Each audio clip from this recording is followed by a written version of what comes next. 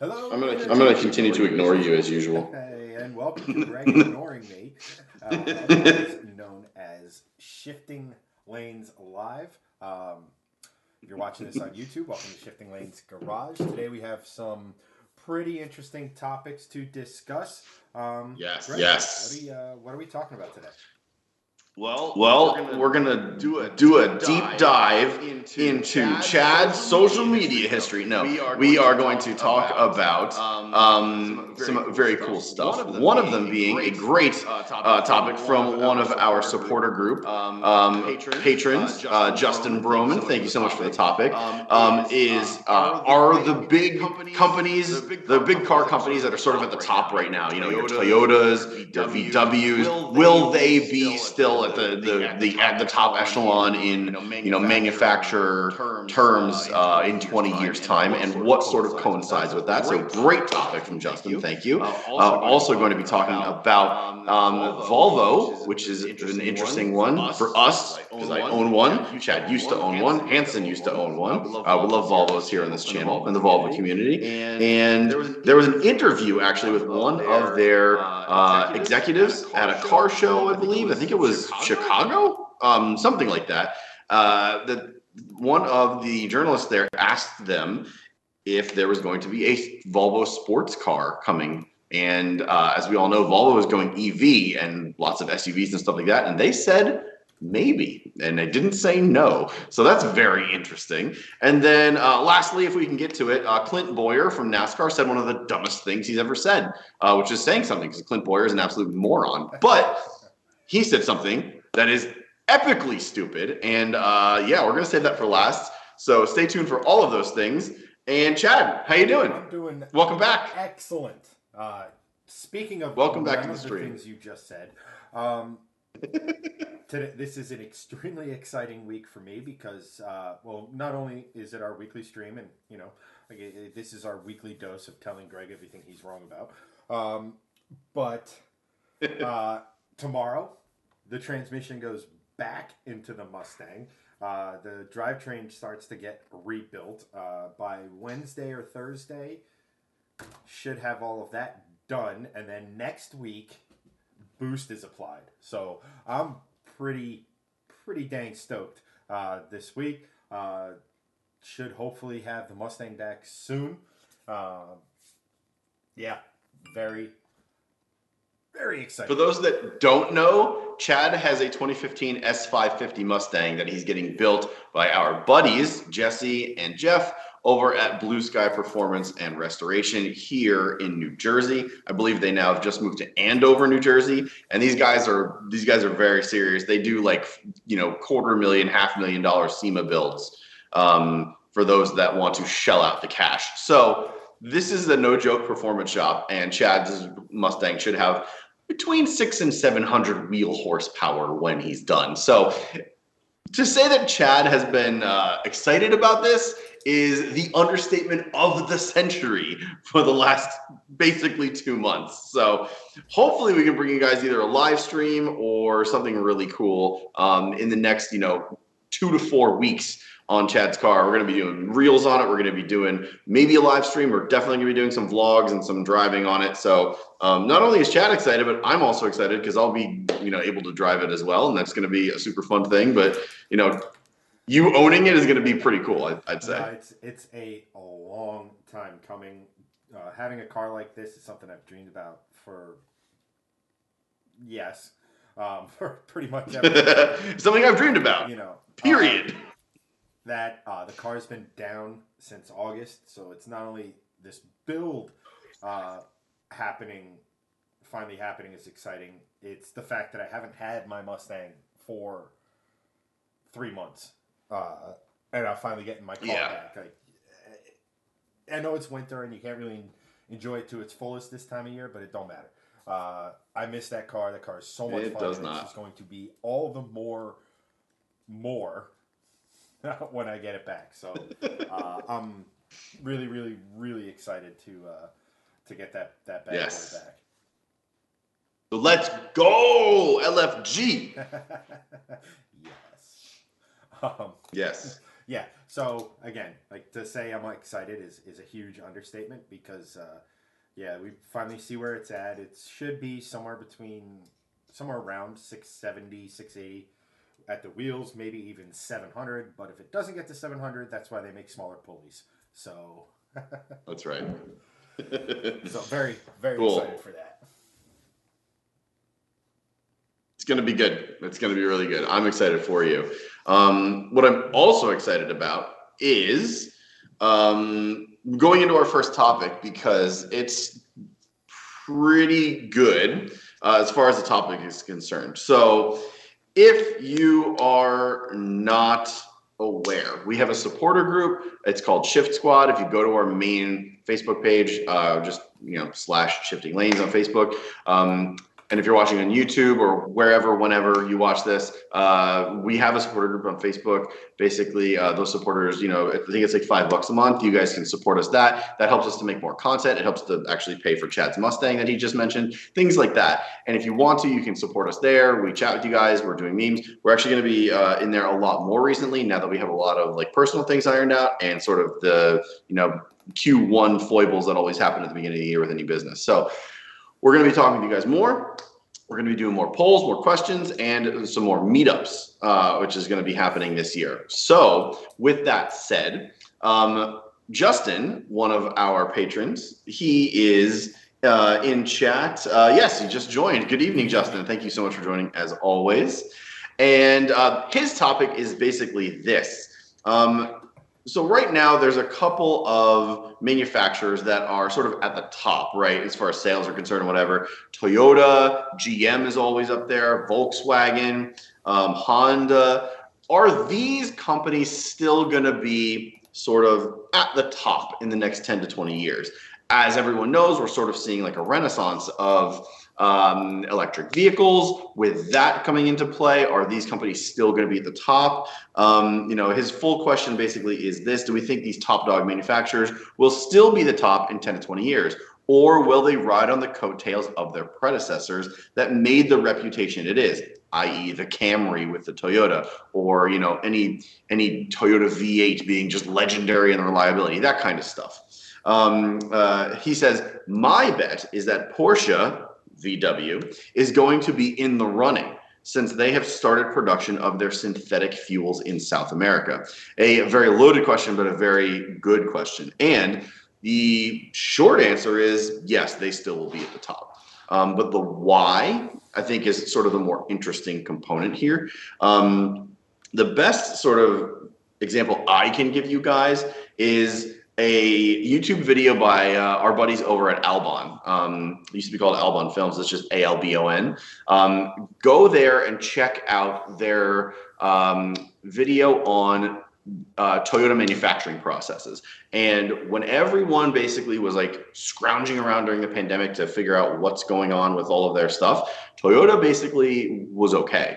And everyone was like, why is Toyota not having all these issues? It's because they foresaw the problem and they put processes into place to make manufacturing actually function normally for them. And it basically gave them a 1.5 year lead time into actually having any sort of issues at all. So when companies like that put processes like those into place, they're always going to be at the top. Toyota is just one of those companies that foresees things and puts actions into place several years down the line should something happen. Now, other companies, like Justin had said with Porsche with their synthetic fuels, that is something that I've preached on this stream as well as elsewhere in the world. That is something that I think will make Porsche rise even further, and by extension VW, because they own Porsche, VAG, Volkswagen Auto Group. They will then also continue to be in the top echelon, but Porsche as an individual brand, I think, will also continue to rise for that exact same reason.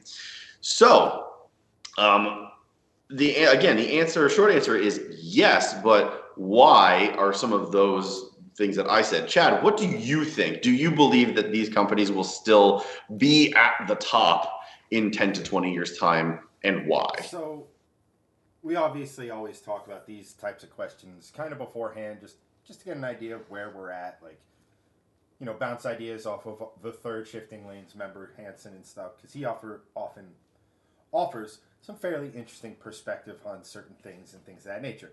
Um, Here's the thing: if you go back 20 years and look who was on top, most of them are still on top. They may have moved positions and stuff, but pretty much it's going to be some variation of Toyota. One of the American manufacturers, usually Ford's been doing a little better, even though they took a pretty big loss last year, just with the supply chain stuff or what have you. GM, despite their inability to get their act together, really seems to be up there all the time.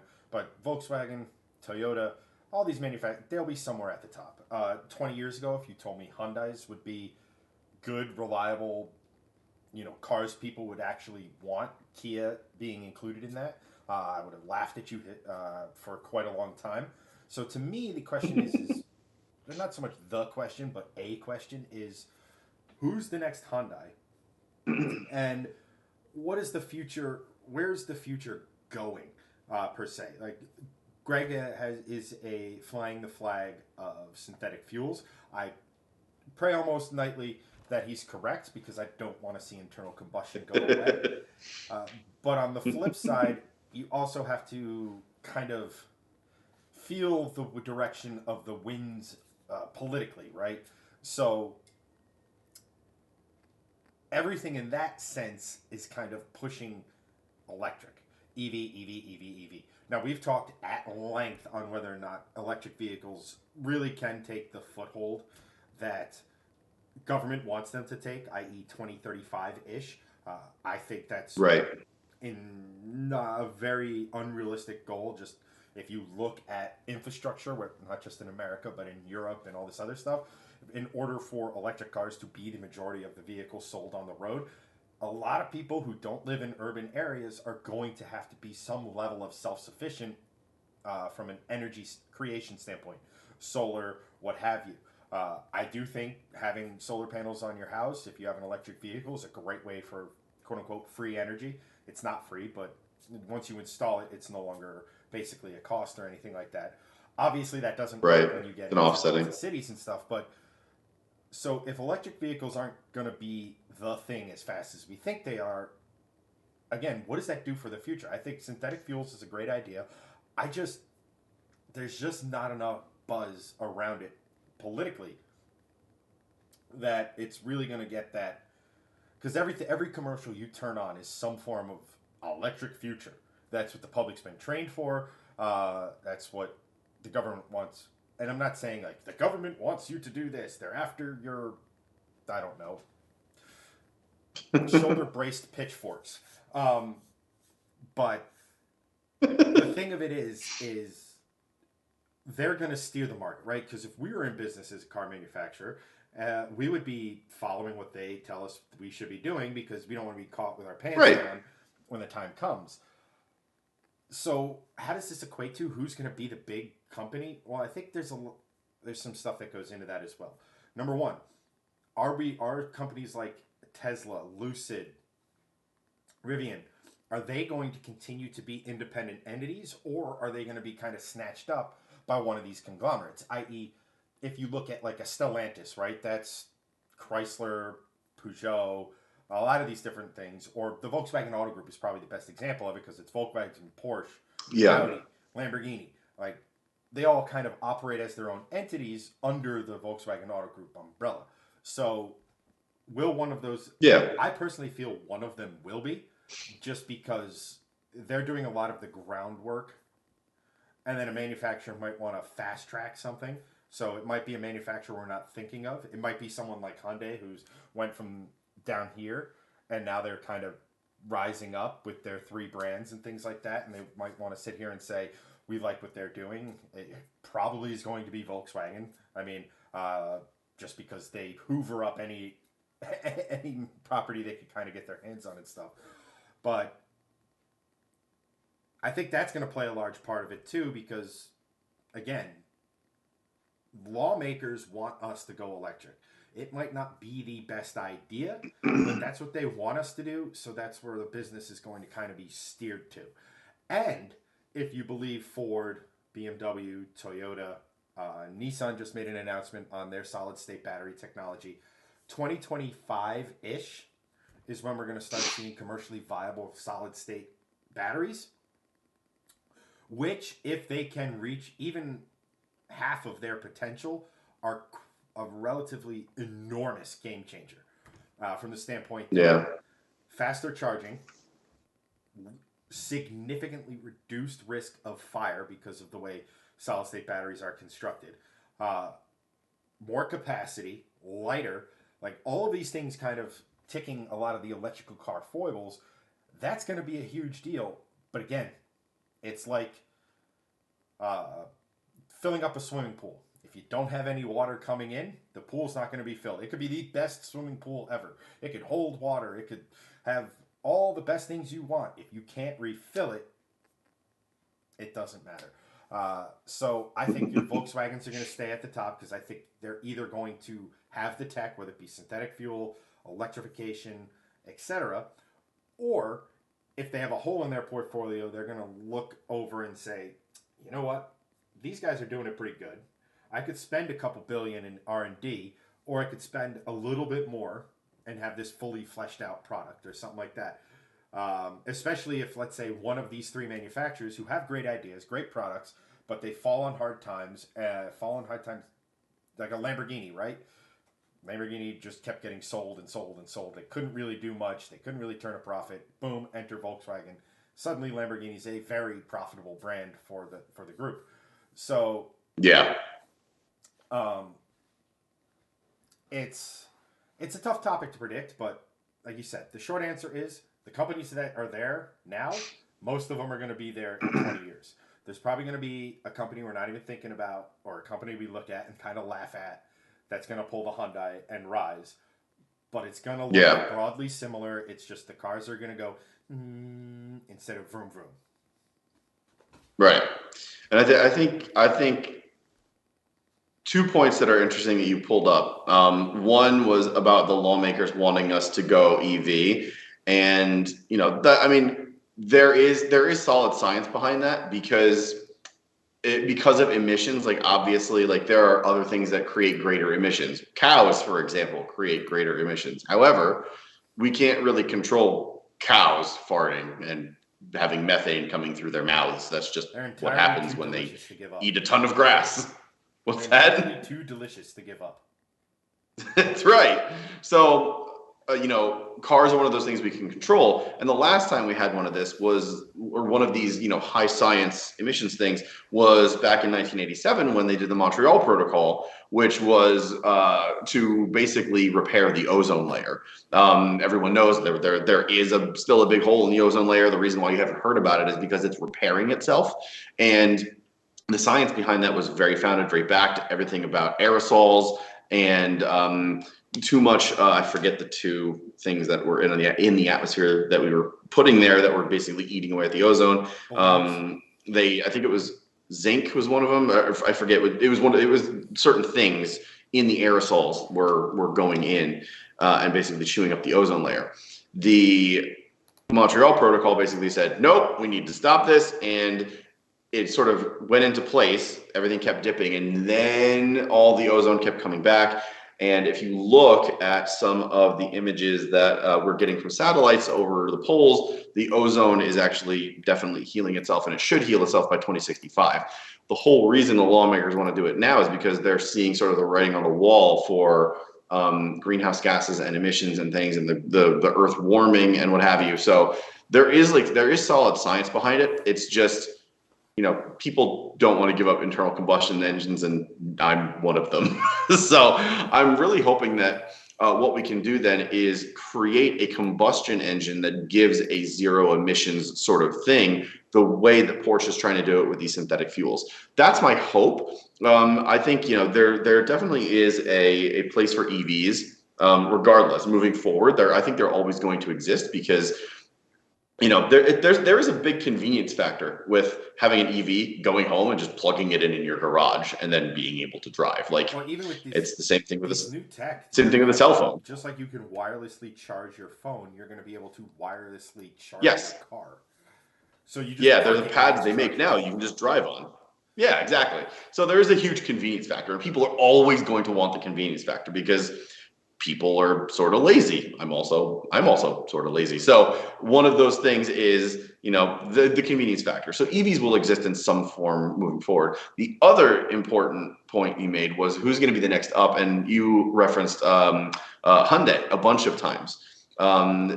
That is an interesting one because I foresee them and Kia actually going down in the next couple of years because of the engine problems they're having with their ICE cars, and just a whole litany of other issues. Basically, like people can steal them very, very easily. Just look it up. Everyone is doing it, and there are actually some insurance companies refusing to insure Hyundais and Kias right now because they are that theft prone. Like it's crazy. So I see them as being uh, one of the companies, or two of the companies, to kind of go down in certain years. But who's going to be that one from the next tier that sort of makes it up? And I actually think Volvo is, because they're one of the first companies that are going to make they're making like the full switch to EV, and they're going to do it apparently by 2030. So I think that they are going to set themselves up to be a EV powerhouse. And when a lot of other companies are still going to be struggling between that ICE EV, tug of war, Volvo is just going to be like, well, we're EVs, we're a luxury brand. Why don't you just come to us? We've been doing it for more years than everyone else. So I think they're going to have an upswing. I don't think they're going to be ever a top tier company because their volume and their production just really isn't there. But for a luxury brand, I could see them going into one of the top tiers in that category. As far as overall, I don't know. It is tough to tell who could be the next Toyota or VW, or at least get close to them. To your point, the next Hyundai that it made so many strides, that it in the last decade or two, that look at Hyundais in 2003 and look at them today, and you're like, wow, that's a company that's really come a long way. So who's going to be that company next? And it's always kind of tough to tell. Sort of like the same in sports. A great example is in hockey right now. The New Jersey Devils have been terrible for like 10 years. And then all of a sudden they were predicted to be 30th in the NHL this year, and now they're the top 5 in the power rankings basically all year. So it's one of those things. It's like, what company's going to be there and then sort of go on the uptick. And it's the same with sports. You just never know who's going to be next up. Good point. I agree. It's very difficult to kind of say what's what in Predict a lot of this stuff. Yeah. But I think the safe bet is that some companies that have been around for 100 years, they know how to shift with the tides, so to speak, and they'll continue to do so until it's that, or they'll just get absorbed, because every single auto manufacturer out there right now has some form of brand equity. Yep, 100%. All right. So yeah, I think that's a cool topic, and it's going to be interesting to see who goes and sort of like runs with it. So like, who's really kind of breaking the boundaries right now, or is on the upswing right now? Porsche is a great example. They're making more and more and more. Volvo is. They're continually hitting sales records every year. Honda is on the decline because they've manufactured less product each year over the last 3 or 4 years. Ford, I think, is in that same boat, but again, it's also tough to tell because of all the shortages that are going on. And manufacturers just aren't producing as much because they can't, because they don't have the raw materials to do so. It's tough to tell. If Hyundai can do their EVs well, I think that they can stay where they are, but they need to, because their internal combustion stuff is not going well right now. Yeah. So I mean, it'll be interesting to watch. It'll be interesting to see who does what. I mean, the long and short of it is whether you think it's synthetic, whether you think it's some other form of internal combustion, whether you think it's something like Justin who said that recycling internal combustion engines would be the most, whatever you want to call it, beneficial for the environment or whatever. Whether you think any of that thing, the bottom line is that the public right now and the future buyers are being trained to think electric. And whoever does that the best, regardless of if it's only like 30% of their sales or 40% of their sales, whoever does that the best is probably going to be at the top of the heap or thereabouts. Yeah. Apparently, you're very quiet, Chad. I didn't want to. I've literally changed absolutely nothing. Now, I know some of you remember Greg did have control of the stream, and that probably broke. Oh, no. This is 100% this on me. Fault.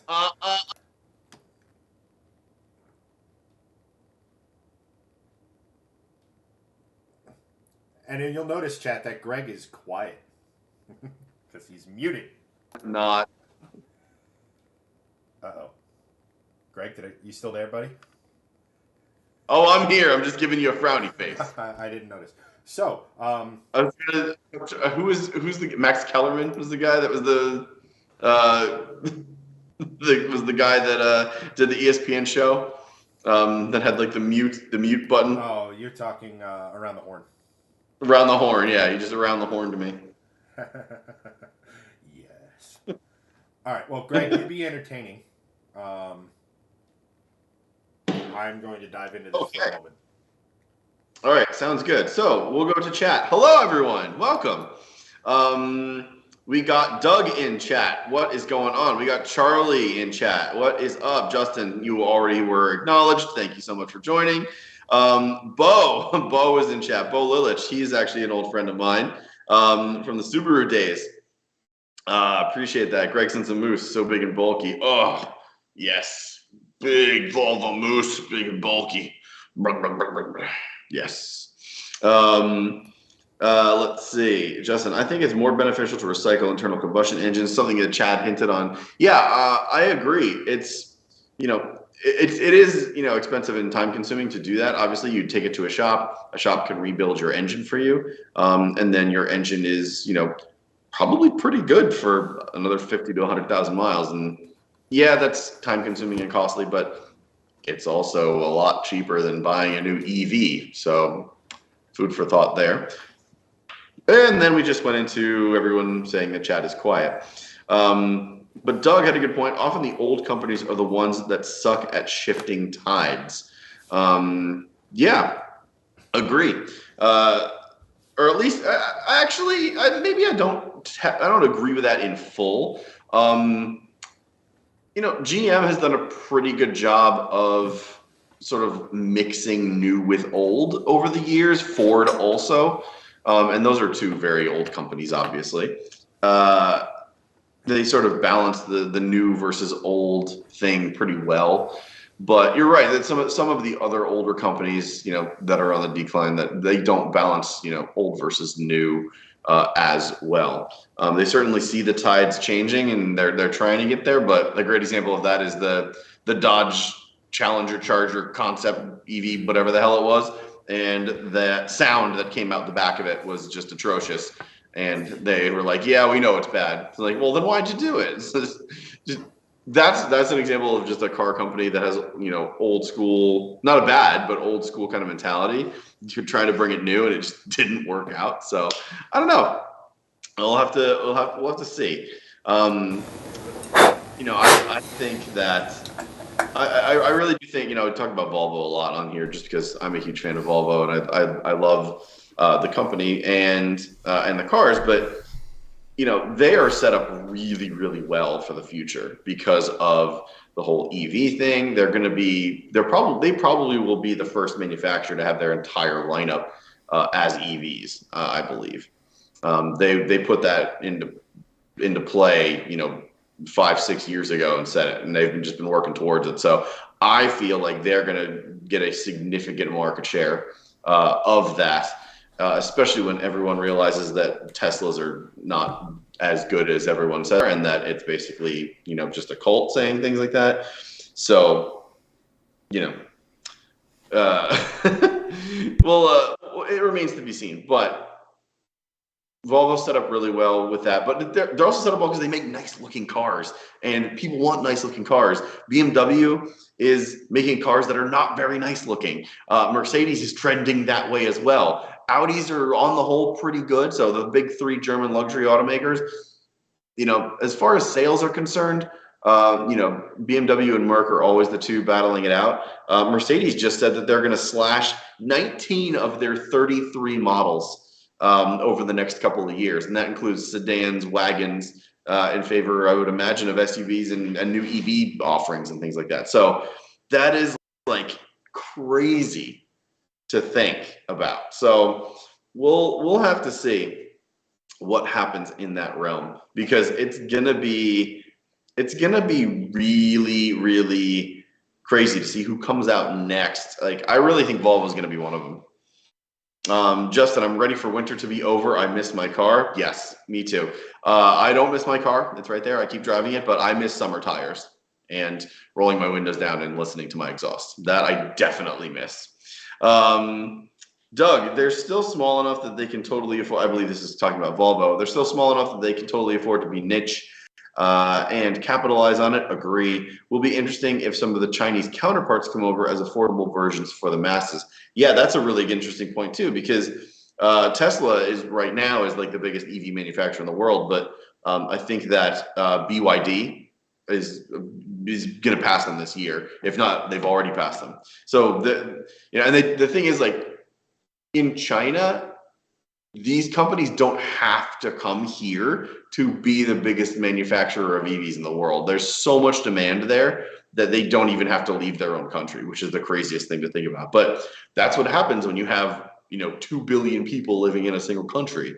So there you go. Oh yeah, there you go. Speaking of Volvo, there I was. Nice Yoda phrase. Chad, have you troubleshot your microphone thing? Are you there? I don't think so. They're too. Chad is in chat. They're too busy making balloons. Oh man, it's funny. They always love to just. They always love to just send balloons over.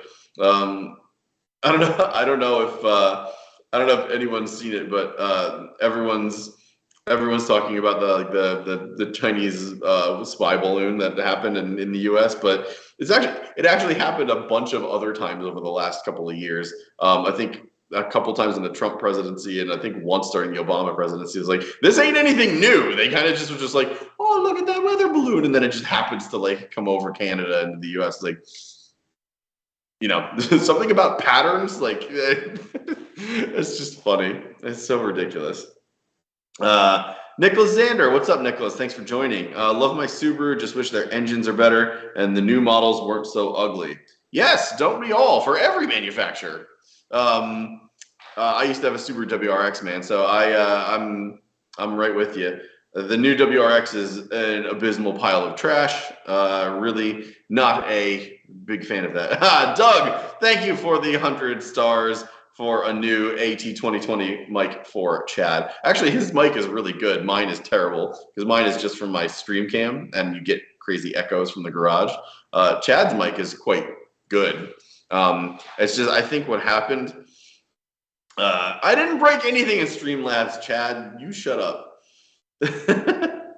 I think what happened was because I was using Streamlabs last week, it did something with the audio. I'm not sure what, because I went into Streamlabs and I changed I just changed the mic to mine. So Chad, if you're listening, maybe just go into the audio settings and change the mic output or the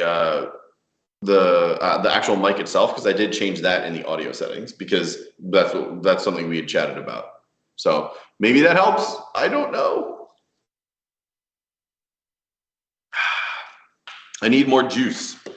Don't worry about this can clicking in the background.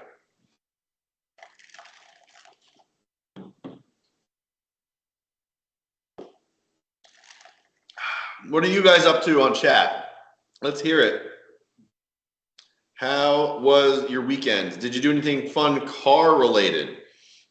For those in our supporter group, do you want to do more meetups this year? Because I think that we definitely should.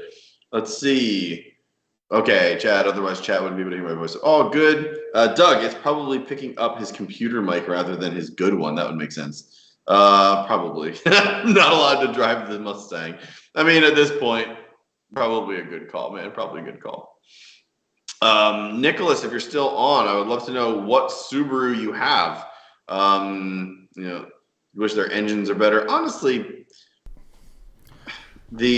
Chat, is this any better? Oh, there's Chad. Let's see. All right. Those in chat, can you hear Chad? Chad, say words. Hello. Justin says, absolutely, but have a meeting a bit closer to New Hampshire, maybe. Yeah, how about northern New Jersey? That's where we are. Nicholas, thank you for the 100 stars, man. Appreciate that. What kind of again, answer in chat. What kind of Subaru you have? I'm very curious. Much better. Chad can hear chat. Chat can hear Chad again. Wow, that's confusing. Yes. Don't worry, it was 100 good. Chat, between you and me, it was 100% Greg's fault. I didn't do anything. I did nothing. You taught me. I blame the teacher. Fair enough. But as far as meetups and stuff go, I think we talked about this a few streams back. I think it was the last time we actually made Monday. Oops. Yes. About like doing a series of drives, and just because they're out there and it can be done or something like that, like going to Chicago to have some of the casserole they insist on calling pizza, like going to going somewhere, like I like the idea of going and trying different type of like food stuff or something like that. But an idea that thought, if we were thinking closer to New Hampshire, like apparently New Haven, Connecticut is the pizza capital of the country. According to the One Bite app and the man, the myth, the legend. Well, I shouldn't even really say that. But the guy who started the pizza review, which was Dave Portnoy over at Barstool. So, like, going there, that would be pretty close. I see Pennsylvania's Tail of the Dragon. Aaron, what's up? Thanks for joining, man. Appreciate it. But, as always. But yeah, I'm down for all that sort of stuff. Once the summer hits, it's got to be relatively local for me. Just unlike most jobs, like in the summer, I kind of have to, well, what's the word I'm looking for? Be there. Yes,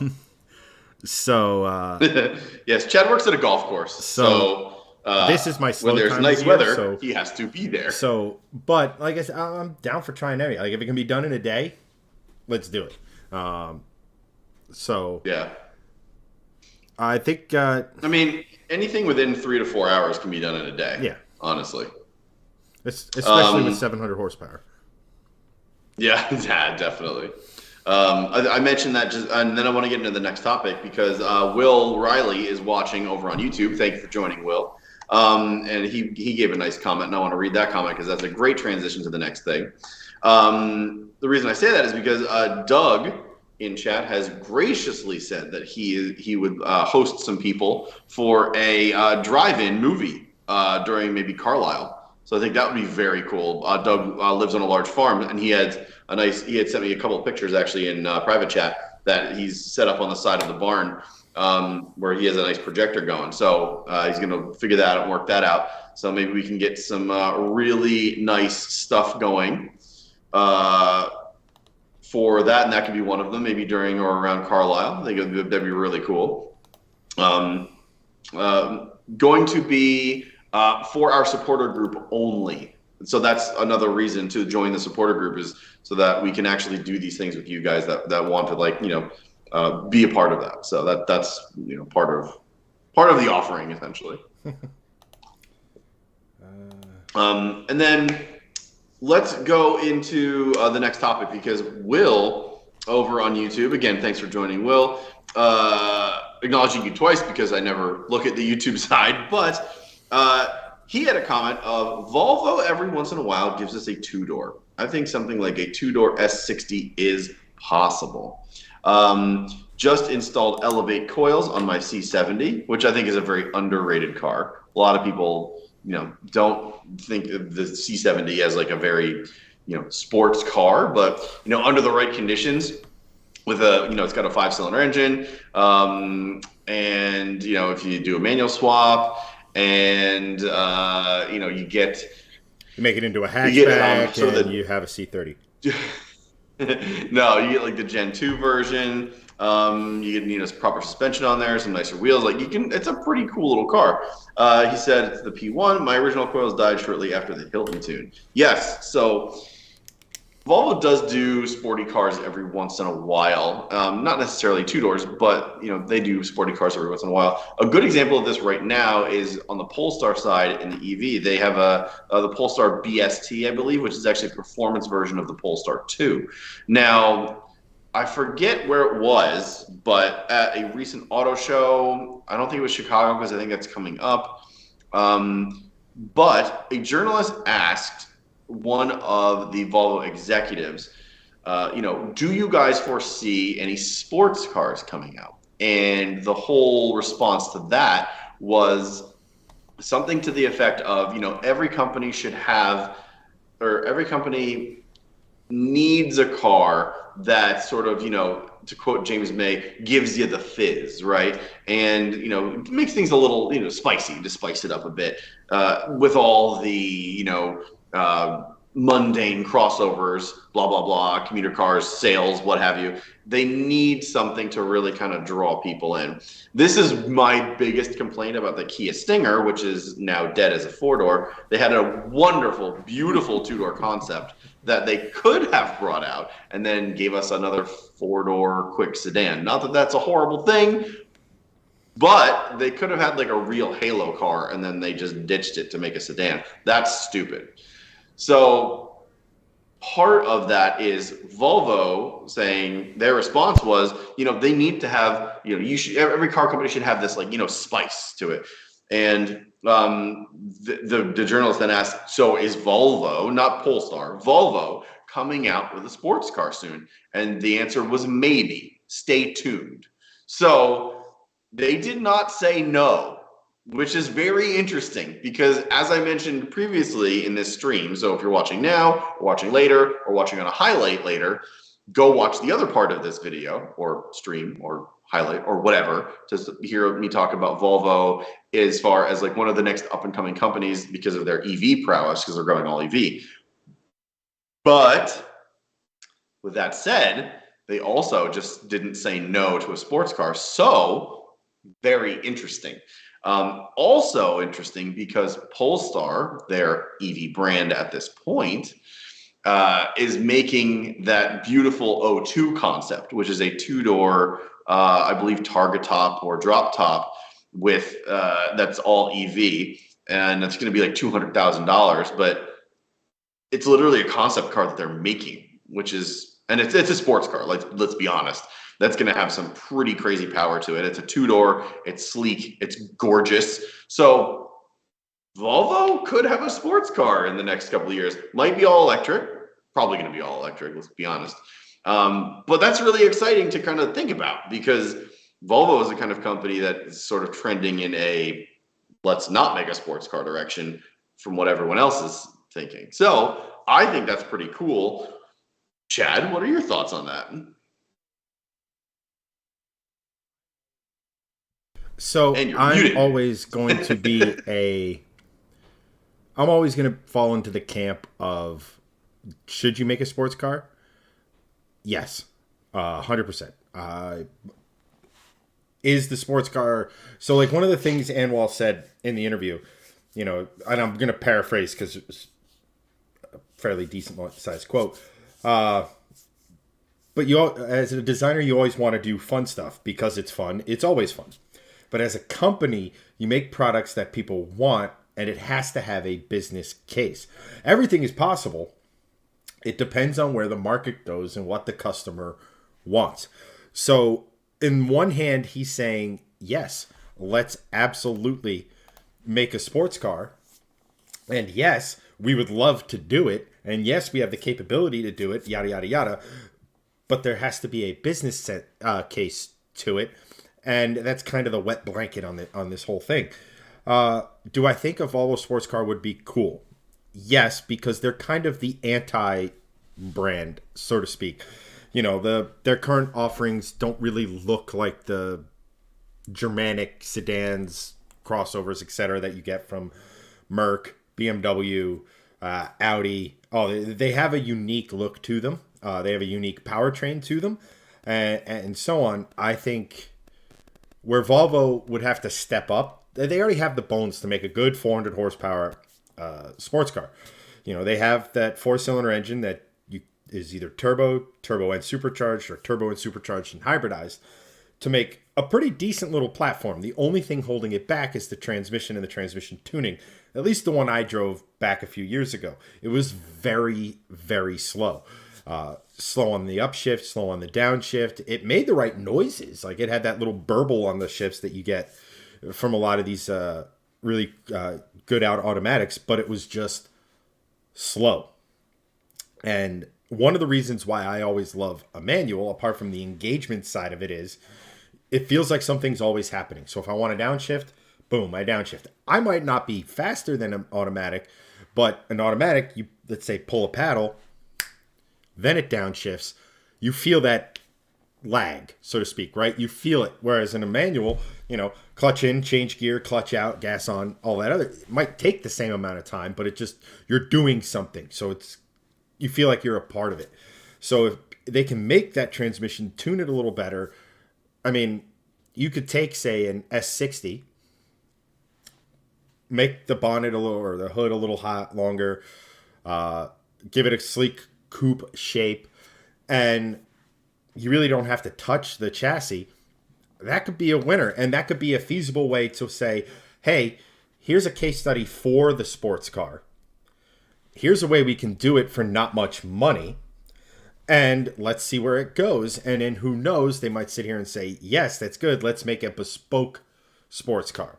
I don't think their version of a true sports car would be anything to rival, you know, like an established type of sports. It would be sort of a sporty GT car, but in the end of the day, that's what we all want when we say sports car.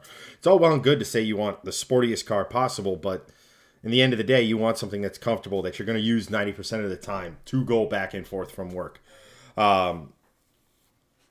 And I think Volvo has all the stuff there.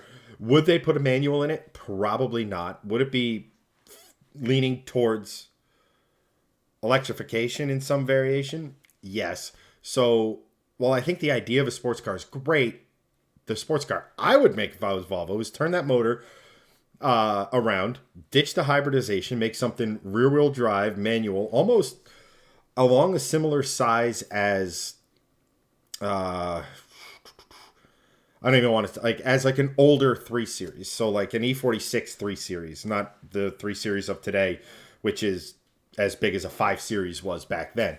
Something a little on the smaller side. But again, to do that takes R&D. They'd have to develop the money for a transmission. Or, I mean, they source their transmission from a third party anyway. Let's source a manual from somewhere. But all of that R&D into something they're not sure about, and that's the thing with Anwal's comments, is it has to make business sense. Business has to have a business case behind it. That's not likely to be the route they go. So, make an S60 coupe, speed up the transmission a little bit, give people the idea that, hey, Volvos can be sporty too, because other than the transmission, that S60 I drove was really good. Really, really good. And it wasn't the T8, it was the T6. That means no hybrid for those who don't speak Volvoese. It was really, really good. It had a good ride. It had plenty of pep. It made good noises. It just was lacking in the transmission department. So if they can get something on that platform, it's a little more aggressive, keeps with their styling, I think they can do it. And I think that's the route they would actually take.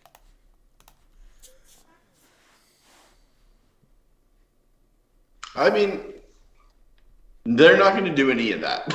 Let's be honest. They're not going to make a rear-wheel drive car anymore. They're not going to make a manual car anymore. That's just how it's going to go, unfortunately. It's probably going to be an EV. But just the fact that companies are still considering sports cars right now is very exciting to me, because it just shows that the enthusiasm isn't dead. And I think it's very difficult for a lot of old heads, myself included, in the enthusiast realm, to talk about this, because we're all sort of, car enthusiasm is dying and blah blah blah. They're not making enough enthusiast cars, and some of those sentiments may be true, but I think we need to look at it from a different lens, because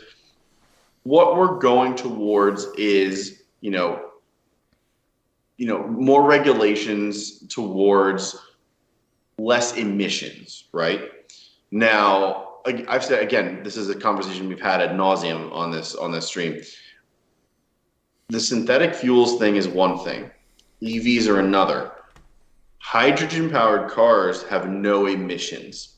They still have motors and engines that are still slightly different than EVs and ICEs, because it's like a power cell. Again, I don't want to get into that side of it, but there are so many technologies that can emerge in the next 100, 200 years that can continue enthusiasm over time.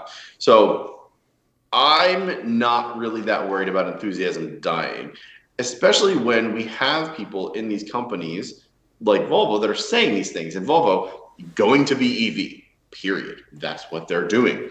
That's what they're going to do. And they're still thinking about enthusiasm for driving, not solely hyper-focused on safety. They are, but it's like that 1% is still there. And I feel it's always going to be there. And people like this are always going to be in these companies that just say, okay, what if we brought something to market that enticed people to come to the dealerships? And again, going back to the Kia conversation, this is something that you could have put in your showroom to really entice people to come in. Because think about Dodge in the 90s. What did Dodge have in the 90s?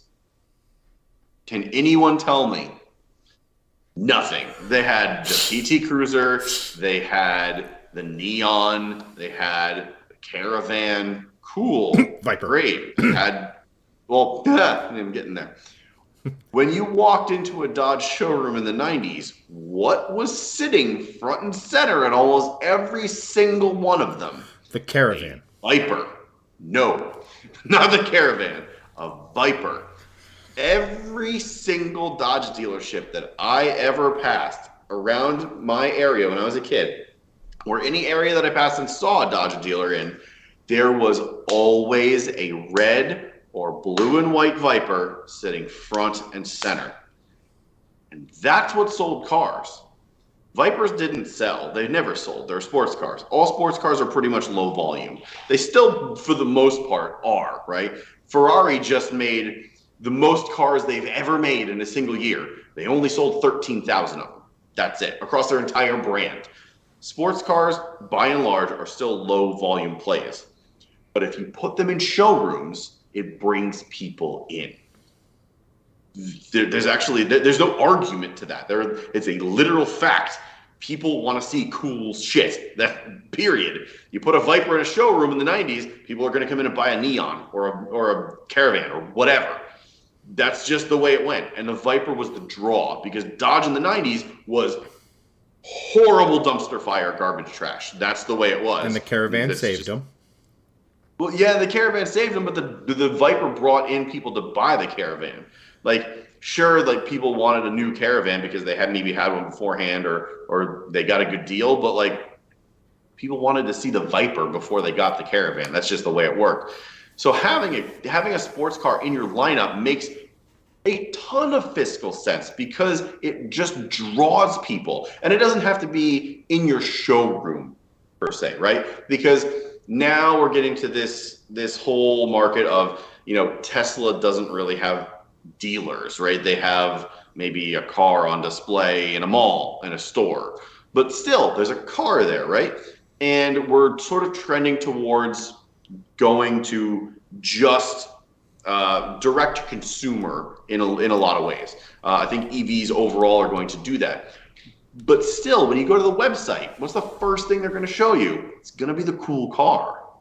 Because as much as people want to buy the crossover, they still want to see the sports car, regardless. They want to see it in the lineup. You see those pictures of all the Lincolns on a big swath of driveway or pavement, and they're all fanned out to show the whole lineup, right? And you see like the city in the background or whatever. That's like your top shot for your website. And in that lineup, Lincoln just has SUVs. It's not really that enticing. All I will say is but a sports car, Lincoln's and a Volvo current design lineup, language is very attractive for what it is.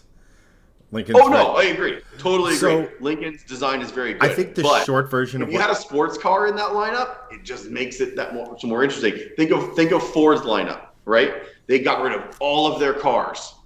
But seeing all the Ford trucks and SUVs lined up, and then a Mustang right in the middle of it, makes it that much cooler, because that Mustang looks awesome amidst all of that other stuff, right?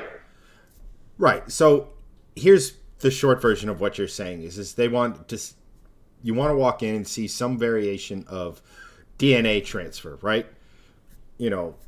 A Caravan wasn't going to perform like a Viper, right? But of course, the impression that they were trying to give was like, hey, we made this and we made this.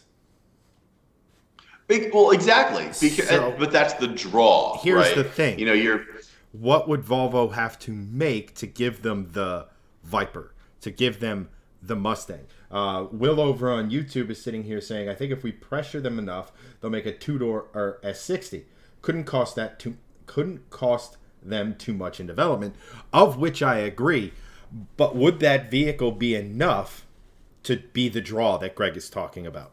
Or would it have to be something different? Or if, not for nothing, if you're Volvo and you have ties to Polestar, would it make more sense just to have the Polestar 2 in the showroom and be like, this is the best that it can be, but that trickles down into our regular stuff? Like, again, not trying to put the wet blanket on it, but the guy did say it had to make business sense. If it was like, we definitely want to make at least he didn't lie to us. Like it's not like them coming out and being like, like Dodge coming out and saying, no, there will 100% be gas Challengers when we do the EVs and stuff like that.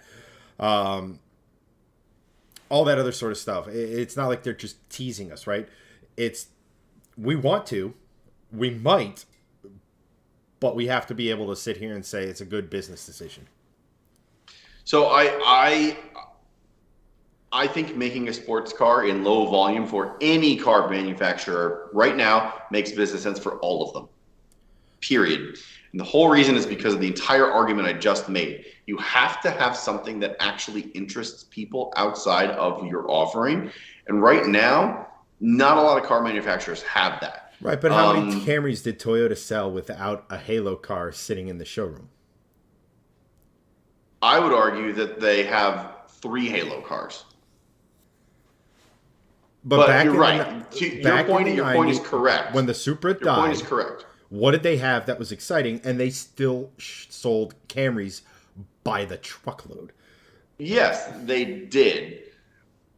I'm mostly talking about like the maybe the second tier car companies, because those that have the reputation, like Toyota and the Camry, they're always going to sell cars.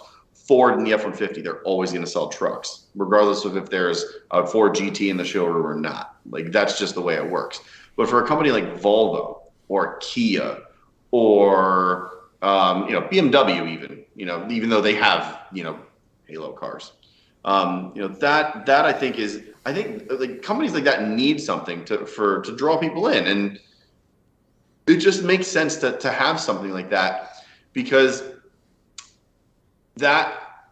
having that car there makes business sense to me to draw people in, Because if you see that as a casual consumer that's driving a BMW or a Mercedes, and you see that car from Volvo and say, oh, that's cool, then it brings you, at least it sparks the interest in your mind. And that's marketing in its essence, right?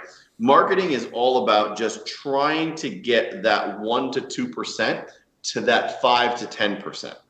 Because those that have the biases or the brand loyalty in any realm, car or not, they're going to keep buying that thing. People love Coke. People love Pepsi because of the taste, right? But if you have a slightly different marketing ploy that could potentially sway your competitors 1 to 2% but are wavering, then it's worth it, because that 1 to 2% is a tremendous amount of money and brand equity for that brand, right? So and Doug, I think, put the exact comment I was going to make in chat was take that Polestar, where was it? Polestar isn't enough for Volvo. Polestar Roadster in Volvo trim, which I think is that O2 concept, right? So that the O2 concept, yes, 100%.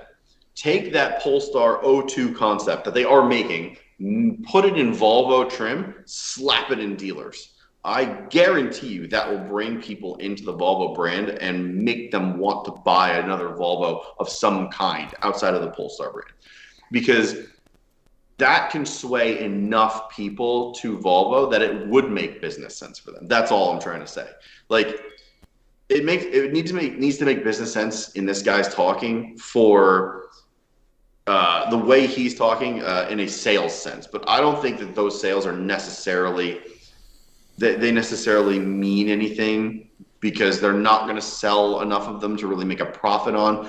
But the draw for that car, and especially the publicity for that car, because Volvo making a cool EV sports car to compete with like a P100D at a drag strip, that's hugely newsworthy, especially from Volvo, right? So people start to look at Volvo in a very different light. And that's where the whole marketing sort of like play comes in with these cars. Because like, so you're right 100%. Toyota doesn't need a halo car to sell Camrys. They just don't. Volvo, however, would benefit hugely from having a two-door sports car sitting in showrooms that is very cool, that could, bring in new eyeballs and get them a ton of earned media. I just think that would be a big, big play for them. Again, not disagreeing with the why you're saying, or the what you're saying. Just real quick. Jesse, what's up, buddy? Thank you for the 500 stars. Absolute legend. Thank you, sir. And welcome.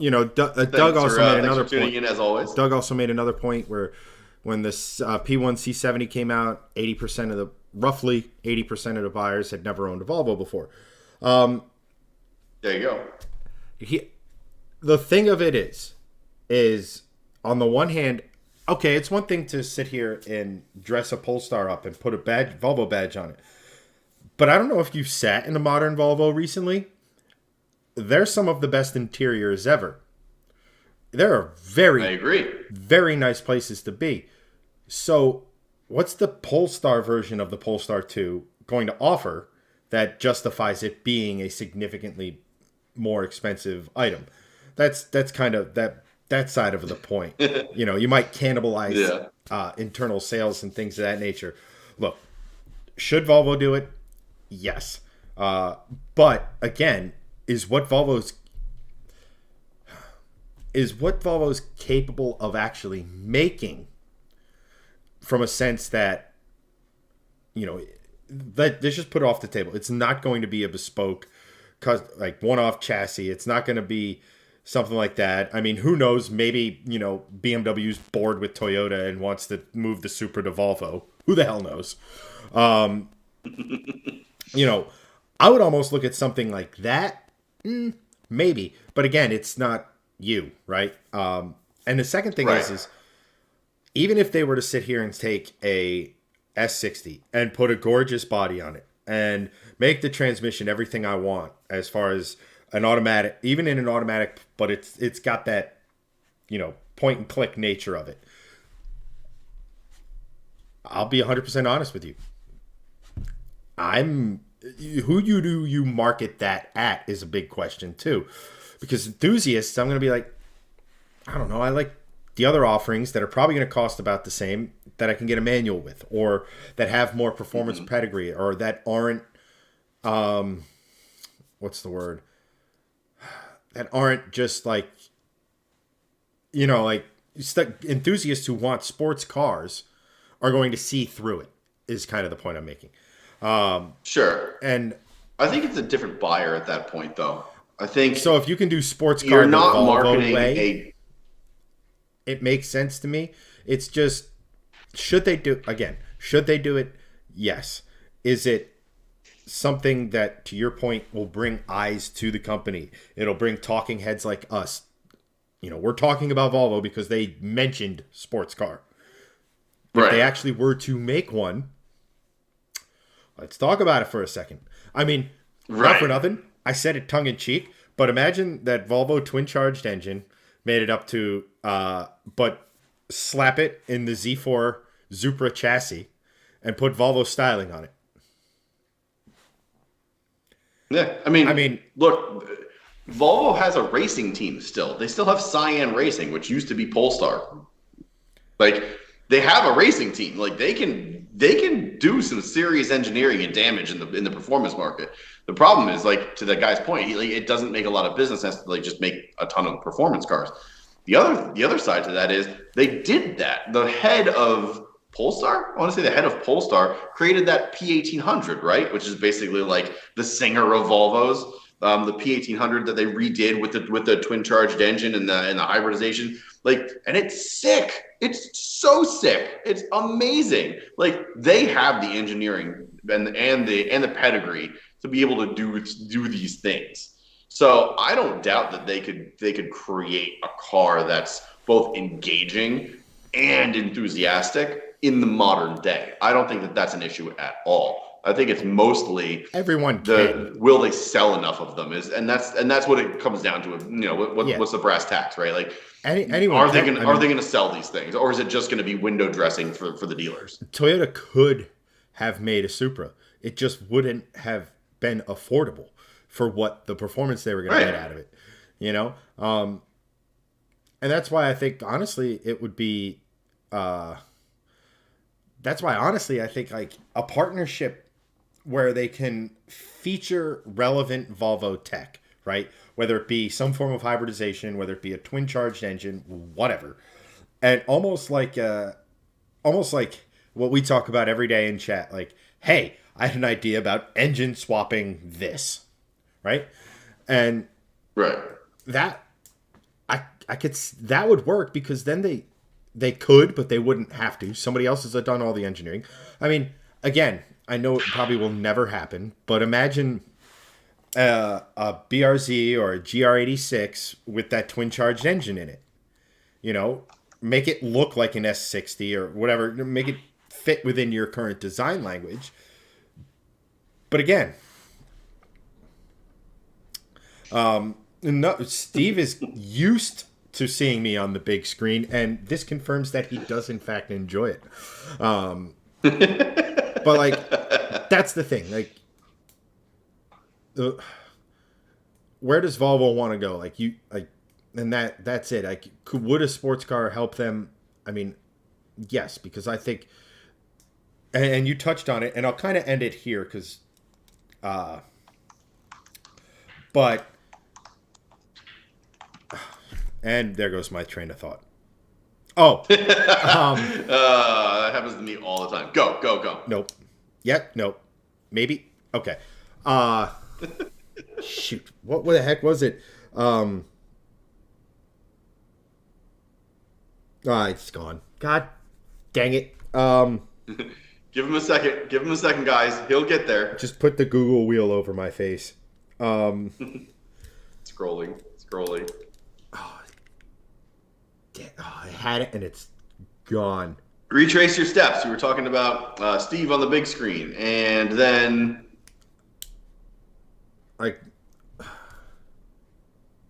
yeah, it's gone. I had a great point about something you said. Nicholas buffering. Chad's still buffering. Yep. I only have finite amount of brain power, and damn it. It's all good. Dang it. But yeah, like, will that draw people into the Volvo dealers? Sure, it will. Will they make it? I don't know. We'll see. We'll have to see. I don't know. I would love to have them do that. And worst case scenario, we got the Polestar O2 concept as a consolation prize. Hell of a consolation prize. It's gonna bug the hell out of me. Sorry, man. Yeah. Look, make a sports car. Everyone will like it. I think it'll infuse life into Volvo, regardless of the way they. Again, if they were to just sit here and tell us that it was an S60 coupe with a little bit better suspension tuning, a little bit better transmission tuning, they would get more hype, and hype sells for a little bit until people actually start to drive the vehicle, and if it's good, the hype continues. If it's not,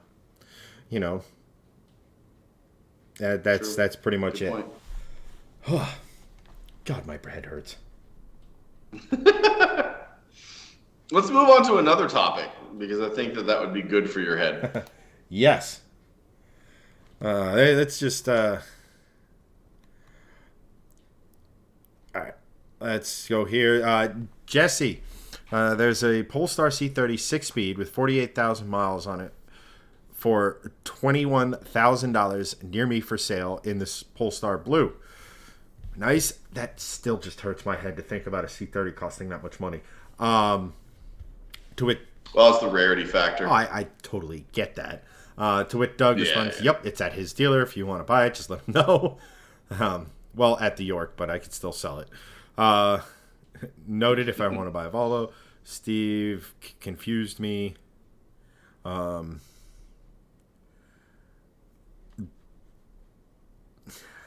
Jesse, Doug, I'm tempted on that or a 2010 V70 art redesign. Trade in your 2019 Mustang. Blasphemy. Mocking my brain. Doug makes the point. Doesn't see anything with ICE in their Halo car. It's just not in line with the. It won't be. It'll be. It won't be. They're going all EV. The only thing they're going to do is have a sports car that's going to be EV. That's just the way it's going to be. Yeah. And Steve goes with C30 all-wheel drive? Question mark. It certainly could be. Yes. It's been done a ton. Oh, it's an EcoBoost. Yeah, get rid of it.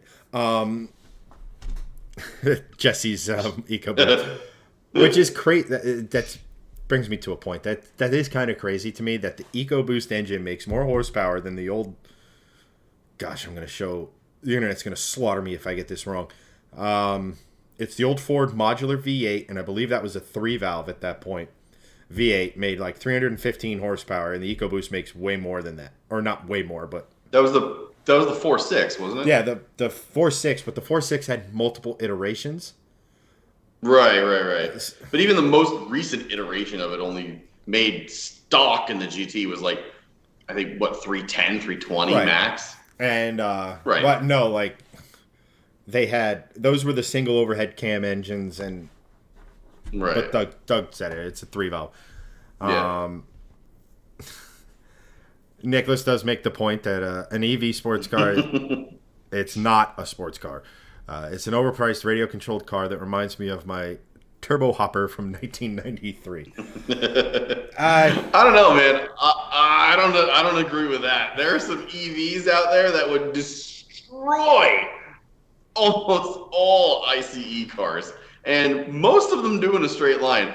What was the like really like hypercar EV that lapped the Nürburgring, the Neo, that thing? Oh, that thing is bananas. EV9 or the Neo 9 or whatever it was. Dude, that thing is bonkers. Right, but that is not a. That's just like sitting here saying that a 918 takes a dump on all other internal combustion cars. Like, you know what I mean? Well, right. You know, that's a hypercar. So, with the idea of can electric cars be sports cars? Not until they get lighter, which again, no, for sure. Which again makes things like solid state, you know, same range, less weight, makes it a little more interesting. Right. Once we figure out solid state, then it's a different ballgame because EVs don't have the weight that lithium ion has, and you don't have to have the entirety of the floor of the car being a battery pack. So like it's a very different conversation if we can get EVs under 4,000 pounds and have 700 plus horsepower. Well, then you have your Mustang that you're building, right? Because then it's just a totally different conversation, right? But to Nicholas Zander's comment, Tesla sounds like the Jetsons car. Actually, they'd be cooler if they actually did. The guy next door. That's the big thing. So capability-wise, EVs will pass internal combustion within the next 5 years. They just will. Yeah. They're already doing it on the strip. It's only a matter of time before, again, solid-state batteries come into the equation, lightweight, everything. You know, but the EVs are going to get Colin Chapmanized. And that's just it. But there's no replacing engine noise at all, ever. I mean, some engines should be replaced with EVs. Other engines, like the engine in your car, the engine in my car, hell no. Nothing will replace that, and I don't want fake sound. I do not. I would rather have just the regular, sounds like a gosh darn golf cart, EV noise, than fake noise. Fake noise drives me nuts. Noise pumped through speakers drives me nuts. It's one of my biggest automotive pet peeves, bar none, is that sort of stuff. Yeah, and let's be honest. EVs can sound cool. Did we not all watch the Ken Block Gymkhana in Vegas? That thing sounded like a freaking rocket ship. Sounded awesome. Like, if for certain applications, motor noises are cool. Right. EV motor noises are cool when they're whining and going crazy. Like, they can sound cool when they're done properly. That's an example of it done properly. Right. And again, there's got to be a way to make... I mean, honestly, I think EVs should have more noise. But again, noise is the byproduct of... What's the word? We'll just say waste. It's a sign of inefficiency, right? So look at, and I'll use as an example, the diesel Le Mans cars. Mm-hmm. Back in the day from Audi were crazy quiet, like to the point where the drivers were freaked out by it because they could actually hear stuff in the car that the engine just muted before they put it. So they could like all the rattles that they shouldn't be hearing. All the rattles, all the tire noise, all the suspension movement, all this stuff. So like the drivers had to get used to that. And that was because those engines were so efficient at creating horsepower or power in general. That said, that's the thing I am going to struggle with the most when eventually we are no longer just exploding things to make horsepower, which again, we have time. But that's the number one thing I'm going to miss, because I have no doubt that EVs are going to be able to plant my ass firmly in the back of my seat. I do not doubt for a second that the tech will catch up to such a degree that they'll get lighter and they'll become more fun in the twisties and stuff and not feel as heavy and things of that nature.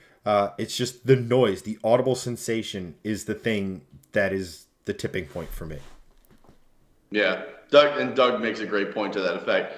The pops in a record player, it's the inefficiency that makes things a better visceral experience. And yes, it gives it personality. That is a great analogy. It gives it personality. It's a different listening experience, and it's a different oral experience than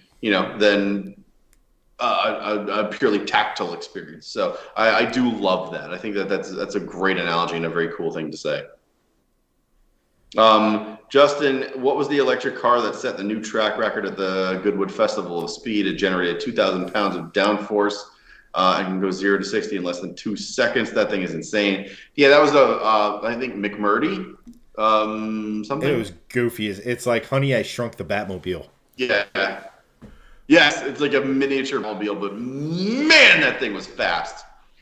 I mean, it holds the record now. It beat an F1 car. Like, yeah, I mean, it just again some proof serious engineering. That electric is, if you want to go fast, electric is the future. If speed is your only, it's just the way it is. Right, because it's torque at 0. Go. Yeah. Jesse goes, Volvo should have put the T6 in the P3 V70.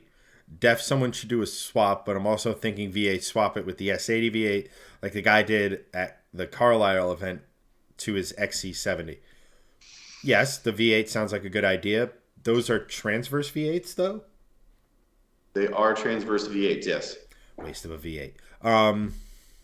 It's not the best layout, to be honest. They do sound awesome. If you go on YouTube and type in, I think most of them are XC90s in Sweden, but if you type in XC90 V8 straight pipe, they sound phenomenal because it's a Yamaha engine. I was going to say, it's almost like you had a piano company tune it. Yes. I mean, 100%. Exactly. I mean, I don't think Yamaha's touched a car engine that wasn't awesome. Yeah, that's actually a very valid point. And I think those I would love to get to a spot in a project to play around with those V8s. But I think you're there, and I think one of your 245 should have it. I don't know. I'll have to talk to Aaron. The one that Jesse's building out in Oregon, that one's staying with the red block. But maybe I can convince Aaron to do a V8. I think that'd be cool. Yeah, do the V8, and then 6 months later, do the T5. I would love to know where this money's coming from. And then 6 months after that, put a Viper V10 in it. Well, if that's going to happen, we're just going to stop the first two from happening and just do that. But no, I love me some Volvo, but I love me some Viper V10 even more. I mean, I would say I would be willing to help with the V8 part of that. But damn, there's so much left to do on the Mustang. I know. We'll start pooling money once shifting lanes is over $10,000 a month. Then we can start figuring out what we want to do stuff. That'd be great. Then my bad ideas for Greg. Yes. Doug gave you 100 stars for bad ideas. Yes. Thank you, Doug, for the $1 for bad ideas. Appreciate that. Every star donated goes to bad ideas. Oh man, that's awesome. I think that and to that point, everyone watching, we're well under half of $10,000 per month. Yeah. So, yeah, crazy ideas aren't happening anytime soon. Nah, because I got a lot. If people watch more of our videos, different story. But come hell or high water, the vision I have for the Stang is getting done, just not as fast as I would like. Yeah. But the supercharger install and all the ancillaries was this year's big winter project. Stay tuned for next year's big winter project on it, because that's going to be equally epic in a different direction. Chad's making a Mustang Overlander. No, he is not. Chad is basically, to the 11 people who are here, most of whom I'm guessing are supporters, and I don't mind dropping a little teaser on what's to come. It will be a manual GT500. Yes. So do with that information with what you will. Yes. But the funny thing is that it hasn't even been supercharged, and I've already started ordering other parts. Like, it's been sitting for 3 months. I got that, and I'm already ordering. One of the parts should be arriving soon. Maybe I can do it on one of the live streams, but it is quite literally the biggest unboxing we will have ever done. So it's not conducive to my home. Or maybe one of the streams, if I can figure out a way, I might just prop it behind me. That would be sweet. Work. Nice backdrop. Yeah, the question is every time I like hear it move, I probably require new pants. Justin.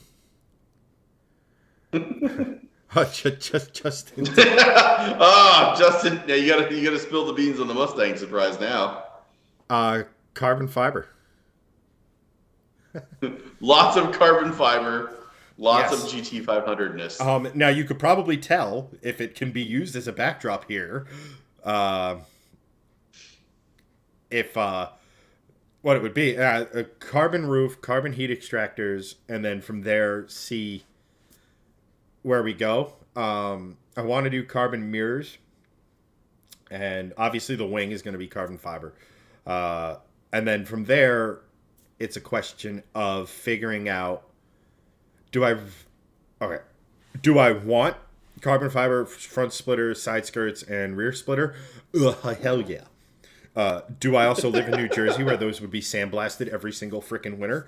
Also, yes. Well, not even winter, every spring. When that shit, the grit and stuff still on the road. Although, I don't know about you, Greg. Although by me, of recently, they haven't been salting the roads, they've been brining them. So. Oh, no. There's so much salt over here. It's literally the other day when we had like nothing, I was basically just driving on salt and couldn't even get traction on the road. There was so much of it. Like there are piles of it in my neighborhood still. Like it's horrible.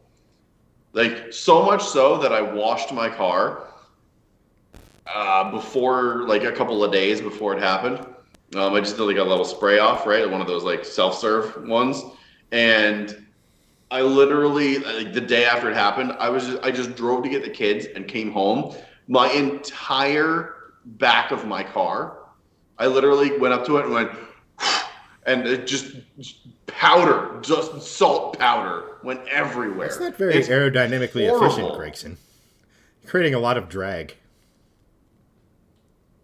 Well, I can't help it when the salt sticks to my car. But if it's the back of your car. No, like the back windshield. Like there was so much like dust, like salt dust powder in the air. It's just sticking to my car.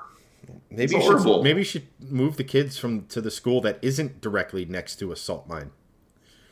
Well, that would mean that I need to leave New Jersey. I'm down. Because they salt the roads more here than I feel like you do in Minnesota. Yeah, that's weird because to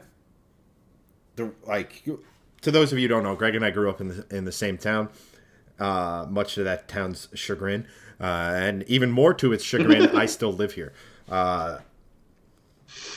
And we live basically on a mountain, like not an actual like mountain, but like the actual. It's the Appalachians. It's a big hill. Hills and valleys. It's named Long Valley, and so, at any rate, they're usually pretty aggressive with salting, but like this year, it's been mostly brine, which I thought was interesting. That's fine. I'm fine with brine. Like the freaking salt is horrible. It's just horrible. Nicholas goes, I want carbon fiber for my Impreza, but it was $800 for my front splitter and the diffuser for my car. I already have a carbon fiber AMG spoiler for the roof, but it was expensive and needed to be retrofitted. Yes, the one and only piece of carbon fiber I purchased was $1,400 shipped. So, and here's the stupidest thing, and this goes to my vanity, so to speak. The heat extractors that I'm putting on it are $500 only. That when I do the front end conversion, to be removed. Like, they might only last 8 months on the car, but that is one of the worst things on my Mustang. The thing I dislike the most is the stock heat extractor. They tried to go retro with the styling, and then the one vent, just no. This has a louvered look. It looks awesome. And it needs to be replaced. And also, it might make me like the front end a little bit more, and then I can do like a wrap before I do the body.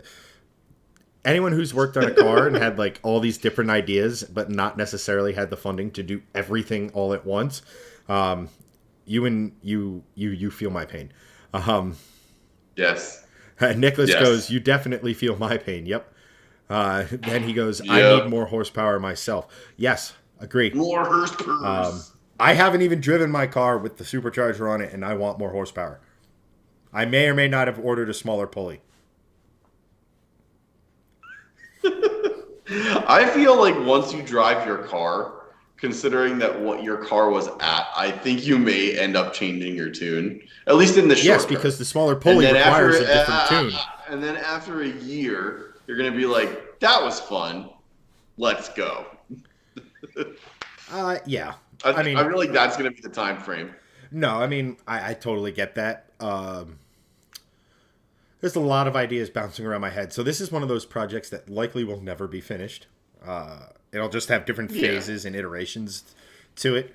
You know, Greg will tell you, we were talking a couple days ago, actually, and I may or may not have sent him a link to a short block for a Coyote short block. Yep. Like, that's how I am. And like, yeah, I mean, the amount of power it's going to have and the amount of power a smaller pulley is going to add literally will not know. The butt dyno will not tell a difference, right? At that point, it's more about the measuring contest and, frankly, if we're just being honest, making it a better YouTube car. Because 700 sounds better than 690. And it's just the way it is. Yep. 100%. Justin, Team Coyote. Where's Christian? Is he still on? He needs to get into the LS conversation. No, Team Coyote is victorious. We have won the Engine Hunger Games. Team LS, I forgot. Yeah. It's going to become his plane's snow parking lot project.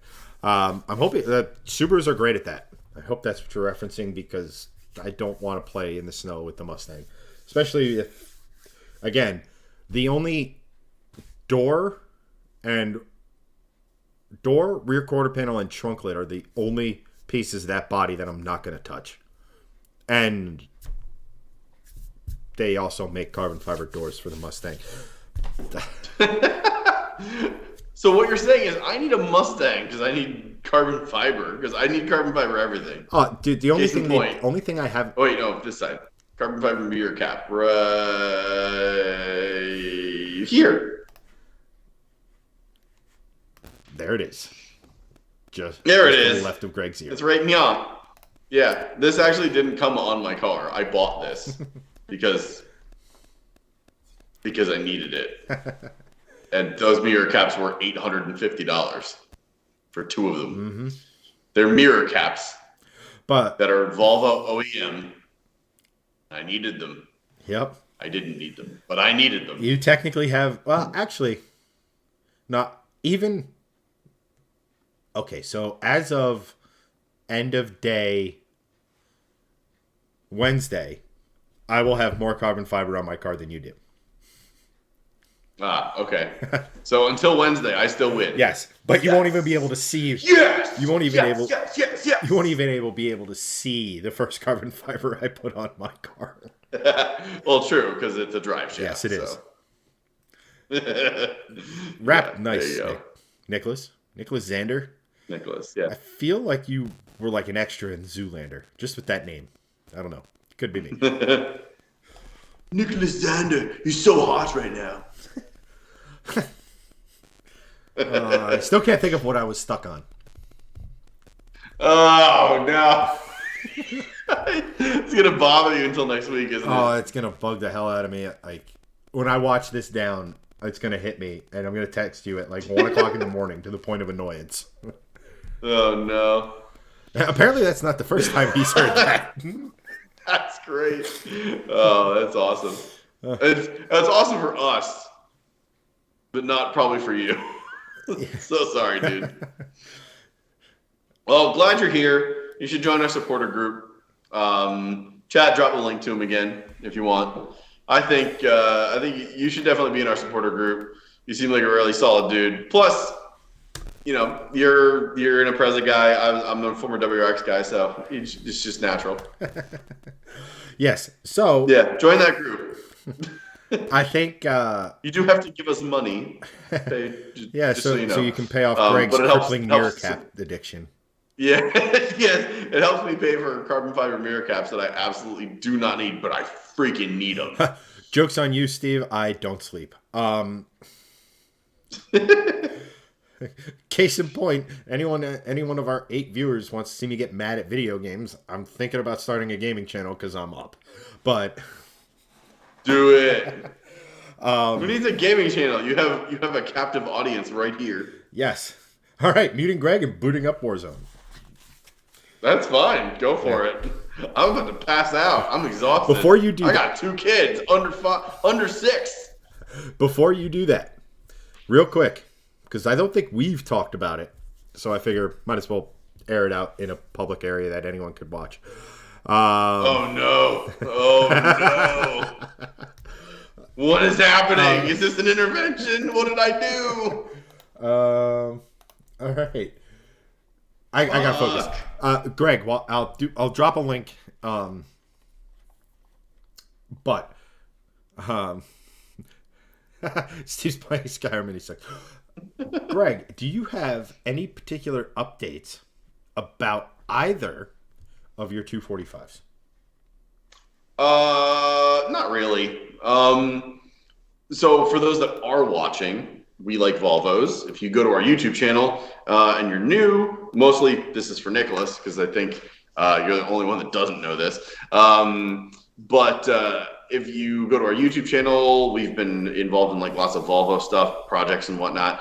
I drive a V60 Polestar, which is what's sitting behind me, and I have 2 Volvo 245s. Short story is one of them basically was at a builder out in Oregon, hadn't heard from the guy in almost 2 years, bought another one, and then the other one magically came around again. So now I got 2 of them. But the green one, which is with Aaron Whitesell, who was in chat earlier, he is going to be building that car. It's in Pennsylvania. That one, basically, Aaron and I still need to chat and just go over the fine tuning part of things, as well as the videos that he's going to help us make.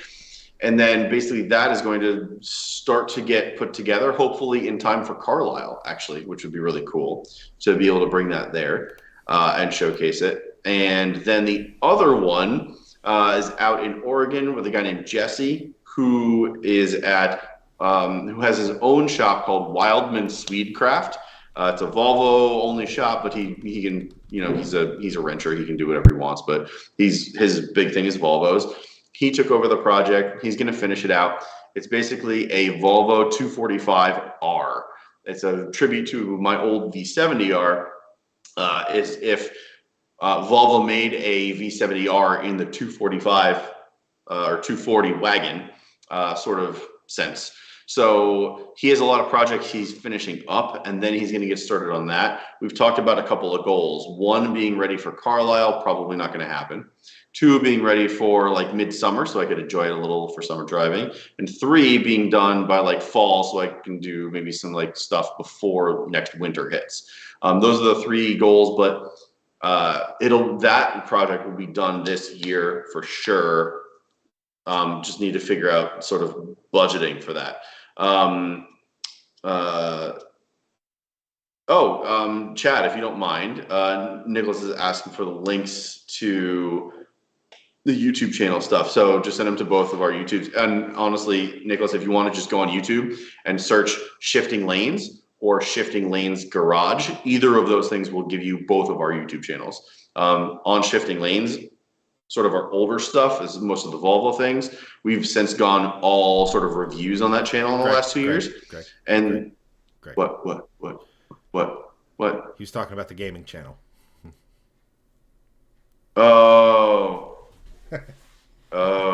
you put it right above. Well, he was asking for the link. You can't pre-ask for a link that I didn't send. Yes. Hey. But anyway, yes, those are the updates for the 245s. Nice. Nothing really new yet. I'm hoping in the next couple of weeks we can get some traction on both of them. Nice. I cannot wait to see a coyote in both of them. No. That's cool, man. Yeah, well, that was one of the things that made selling the C30 easy, was the fact that Greg was going to be able to fill all of the voids with all of the Volvos. So, yes, I'm hoping come March or mid-March, we'll be having an inordinate amount of Volvo build things. Nice. Because, and then we're going to actually, Greg doesn't know this, and I'm doing this against his will, but we're actually going to consult an expert and see if we can potentially maybe sort of, get him a torque converter that doesn't suck. Yes, that would be excellent, because I would love to push this platform a little bit as far as power is concerned. The fastest I've seen on YouTube, or anywhere really, is a guy by the name of Built for Speed on YouTube, and he has a V60R design in the same generation, and has the same transmission, same torque converter, and he's only been able to push 398 horsepower at the wheels and 500 torque at the wheels. So if we can kind of figure out the limiting factor, which from what everyone says is the torque converter on these cars, well, then we may be able to push the platform a little bit. So that would be really cool, because we've never done that before. I'm on it. Don't worry, I like it. Alan, what's going on, brother? I would need a new daily, though. No, you don't. God, you're so needy. Yeah, but I know. What is wrong with dailying a 600 horsepower wagon? Nothing.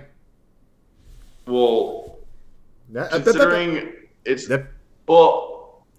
that wagon is an E63 AMG or an RS6, nothing. But when you've never done it on this platform before, huge, because I gotta ferry my kids around in this thing. That's what wives are for, he says, shockingly single. I was just gonna say, wait a second. Hang on, unbiased source not found. And besides, one of the 245s is going to be a daily. Well, I was just gonna say, I could use one of the 245s as a ferry, but I mean, I know it's not a far drive here into Morristown. It's like 10 minutes.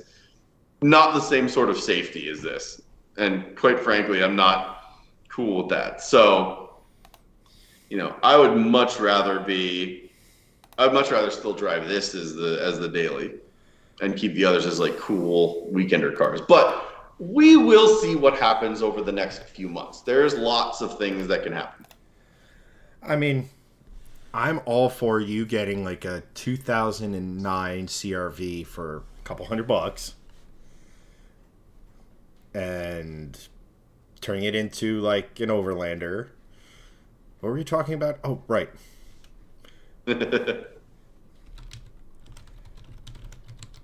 Alan, what's up? Alan's back on stream. Thanks for joining again, man. Yeah, he just got an Integra.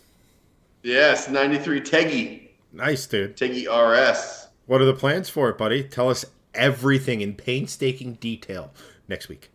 Oh, I was going to say, Teggy RS is the sweet spot of the Integra range. Integra Type Rs are very good, but unobtainium? The unobtainium, but fun fact, the RS is actually revved higher than the Integra Type Rs. Oh, so what you're saying is by a full 100 RPM. Oh, fantastic. That's how we make more horsepower in your vehicle, Greg. We just make it rev more. or if Alan had his druthers, just K-swap it. I mean, that's not a bad idea. I mean, K-swapping with a massive turbo on anything is not a bad idea, quite frankly. I don't know. I think Alan should put an F-22C in his Teggy. But, what do I know? I like it. Oh, man. So, any other interest? All-wheel drive K-swap? Nice. So, you're basically doing the Soupy build. Please, yes. From Hoonigan. I dig it, man. That's with the that's using the CRV all-wheel drive system, if I'm not severely mistaken, Alan. K-swap a Jeep. I mean, yes. How do I put this? Yes, absolutely. How yes. should I put this delicately? Probably make it more reliable. I mean, that's not delicately. Jeep engines suck. Tremendous nuggets.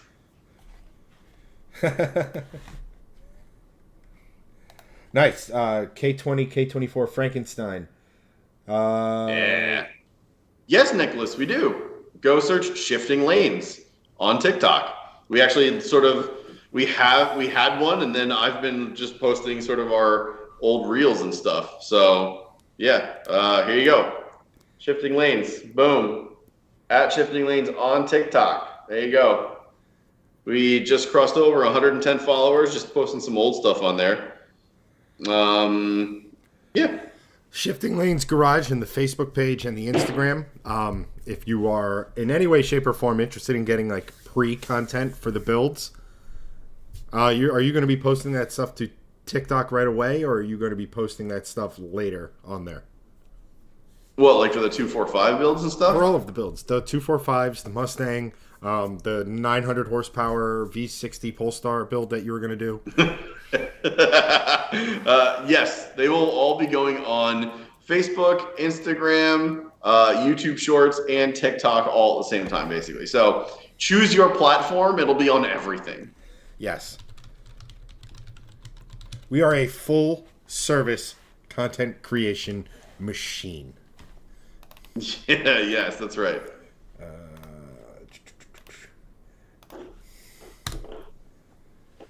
And just in case anyone was wondering, that's where that's the SL Garage. So you definitely check it out because, one of our builds is going to start showing up there very soon. Yes, within the next month. It's either going to be 8 cylinders between 2 vehicles or 8 cylinders in one vehicle. In one vehicle. Yes, that's a great way to put it. So, and with that, I think we're done. That's a lot. Yeah, it's been a following on TikTok now. Yes, thank you, Nicholas. Another follow. The TikTok empire grows. All 111 of you. Now check For You pages and stuff. Yes. 111. I love the symmetry. Yes, love it. Don't worry, Steve, if you have Facebook, which I'm guessing you have. I may be dumb, but I'm pretty sure you have that. Instagram, YouTube Shorts, if you go onto the Shifting Lanes Garage.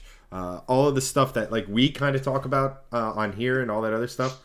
All that stuff is all going to be making appearances there. It's part of the content creation game is you just throw it on every single platform. So do not worry if you don't have TikTok. You can find it. The stuff will be here on the Facebook page. Like I said, Shifting Lanes Garage. I mean, we're going to be throwing a ton of shorts up there. Greg's been throwing a ton up there already. So, yeah, you're going to be, you're not going to be shortchanged by not having TikTok. That's why. Yeah, the only reason we're doing TikTok at all is just to have a brand presence. Yeah, it's more marketing. There's really no reason.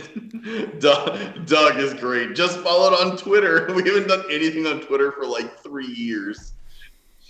I think the last thing I put on Twitter was so for those that are watching, this is actually a really funny story. This is the last thing I think we'll talk about.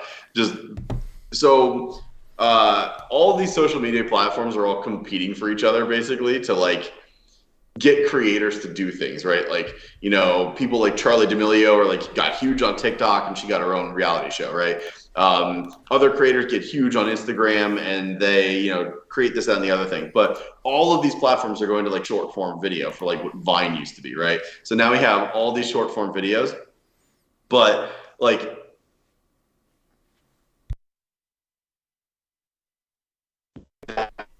is great about Facebook is that we have the biggest presence on Facebook out of everything, including YouTube. Like the most people follow our Facebook because we had built it up back in the day when we were a website to like generate traffic to the web.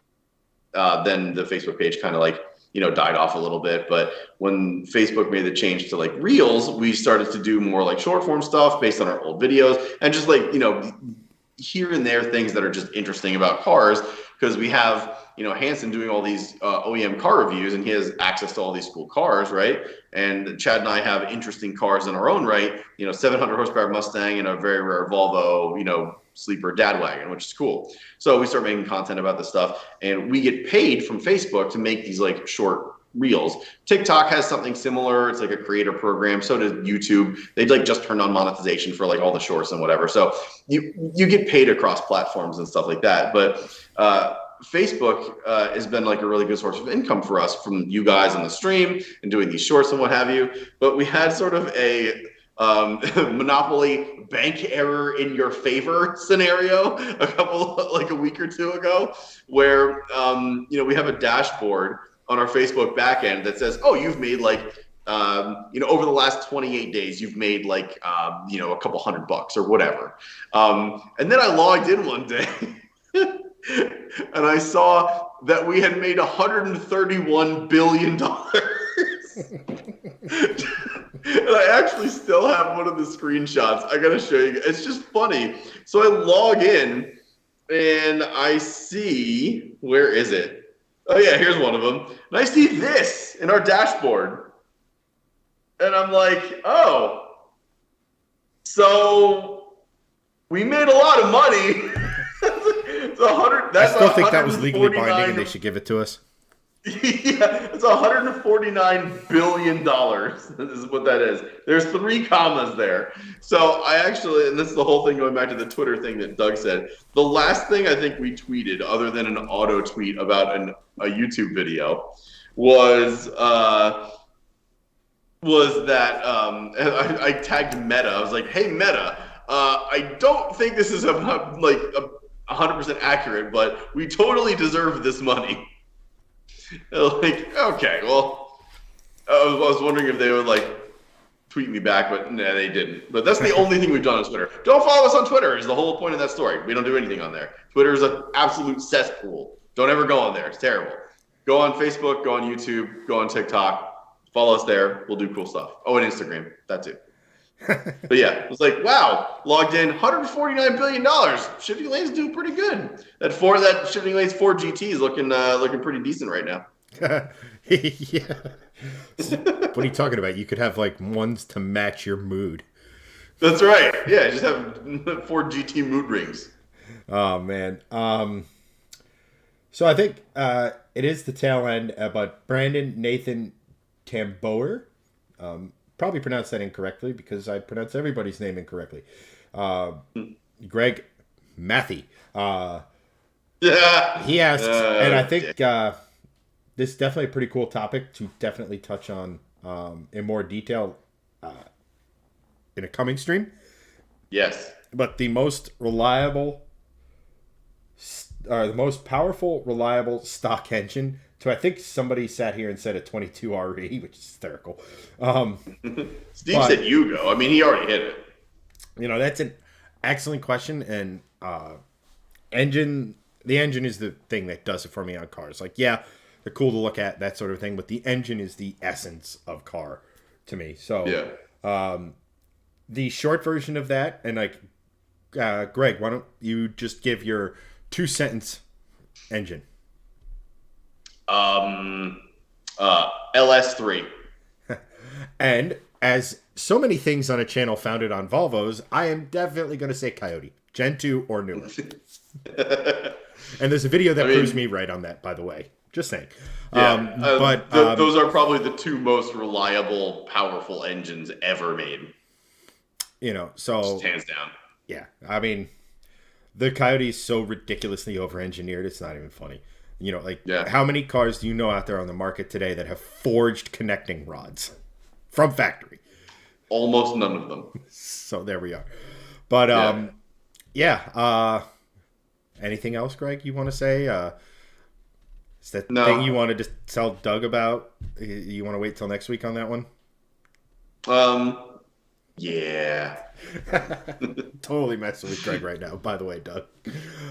Yes. Yeah, so I don't know what's happening.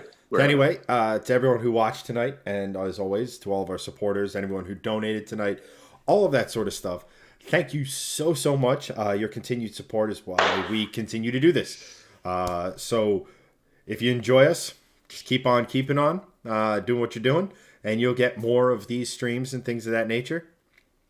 But other than that, that has been Gregson. I've been Chad, and we'll see you guys next week. Thanks for watching.